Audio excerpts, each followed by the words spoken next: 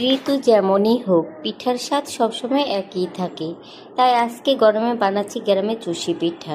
প্রথমে একটি পাত্রে 2 কাপ গরম পানি দিয়ে দেব গরম করার জন্য। এরপরে স্বাদমতো লবণ দিয়ে দেব। দেওয়ার পরে 2 কাপ ময়দা দিয়ে দেব। পানি গরম হয়ে আসলে ফুটে আসলে এরপরে নেড়ে চেড়ে দেবো। তো হয়ে গেলো আমার। এরপরে এটা ডো করে নেব। তো বেশি 2 হাত ভালো করে ধুয়ে নিয়েছি, কারণ এই পিঠা বানাতে করে 2 হাতই লাগে। প্রথমে রুটি বেলে নিয়েছি, রুটি পরে এবার ছুরি দিয়ে কেটে নিব। তো ফিতার মতো কেটে নিয়েছি। এরপরে হাত দিয়ে এভাবে বানিয়ে নেব। আপনার অনেকে 2 হাতে বানায়, আমি 1 হাত দিয়ে বানাই। তো হয়ে গেলো আমার পিঠা। এরপরে রান্না করব।